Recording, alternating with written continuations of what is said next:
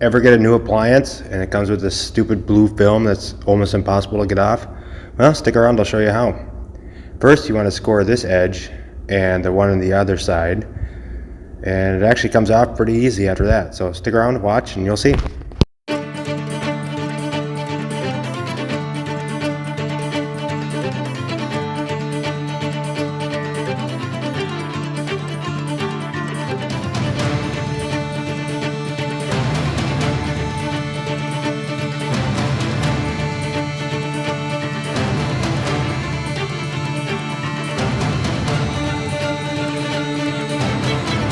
Well, there you have it. You can see by just scoring those two edges, it comes off pretty easy. So thanks for watching. Subscribe. Take care, my friends.